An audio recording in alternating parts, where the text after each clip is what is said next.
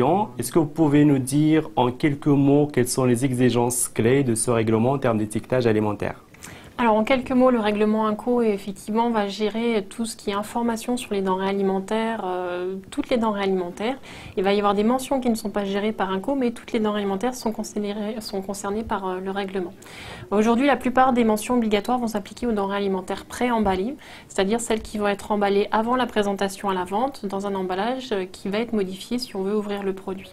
Les principales exigences sont des nouvelles exigences sur la liste des ingrédients, avec notamment le détail des matières grasses végétales qui n'étaient pas exigées précédemment.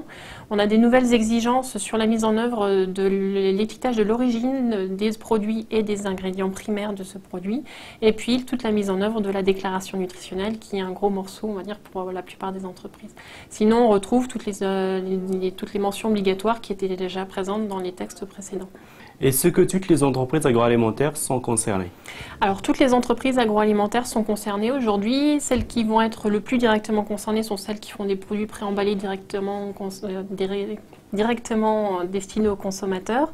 Mais toutes les entreprises qui font également du B2B ou des produits destinés à la restauration en domicile vont avoir des obligations à mettre en œuvre. Donc ensuite, quel que soit le type de produit alimentaire, qu'on soit dans les produits animaux, les produits végétaux, les produits très élaborés ou les produits non transformés, vont avoir des points à mettre en œuvre liés à ce règlement INCO. D'accord, donc cela ne concerne pas uniquement les denrées alimentaires mises à disposition du consommateur final, ça peut concerner aussi le B2B. Exactement. Voilà. Tous les produits sont concernés. L'article 8 va préciser qui est responsable de quoi et sous quelle forme les informations doivent être transmises. Quand on travaille en B2B, il y a des informations qui pourront être transmises via des documents, des fiches techniques et d'autres qui doivent obligatoirement être sur l'emballage extérieur des produits. Et d'après votre expérience terrain, vous êtes très présente sur le terrain, vous connaissez bien le tissu agroalimentaire français notamment. Et à votre avis, est-ce que les entreprises aujourd'hui sont prêtes? Alors aujourd'hui, on a des entreprises qui ont commencé à se mettre en œuvre, à mettre en œuvre la réglementation INCO. Par contre, on a peu d'entreprises, notamment dans les PME qu'on accompagne au quotidien au sein des ARIA, qui sont complètement prêtes, notamment sur tout ce qui est déclaration nutritionnelle. Donc il y a encore un travail de mise en œuvre à faire, un travail d'accompagnement. On attend aussi des actes d'exécution sur tout ce qui est étiquetage de l'origine qui nous permettront de faire un étiquetage complet. Là, on est en attente des actes d'exécution de la part de la Commission européenne. Voilà. Donc les entreprises ne sont pas encore complètement prêtes. Avec les échéances qui arrivent au mois de décembre, effectivement, il va y avoir un gros travail à faire sur la fin de l'année.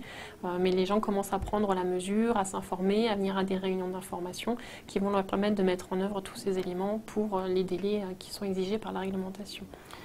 Donc, et justement, quels sont les conseils que vous donneriez aux entreprises parce que les échéances approchent quand même? Alors aujourd'hui, le conseil qu'on donne, c'est d'anticiper un maximum les délais. C'est vrai que la déclaration nutritionnelle va être obligatoire à partir de décembre 2016. Ça paraît loin, mais il ne faut surtout pas attendre novembre 2016 pour se poser la question de mettre en œuvre cette réglementation.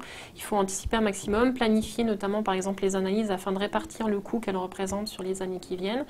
Commencer à demander dès aujourd'hui ou demain si ça n'a pas été fait, toutes les informations aux fournisseurs concernant la liste des ingrédients, les allergènes, l'origine des matières première, la composition nutritionnelle des produits qui permettra aussi d'obtenir les valeurs par calcul plutôt que de faire des analyses. Donc tout ça, ça se met en œuvre le plus rapidement possible. Si ça n'a pas encore été fait, il n'est bien sûr pas trop tard, mais c'est vrai qu'il faut anticiper un maximum les délais de transition qui arrivent très très vite. Merci Cécile.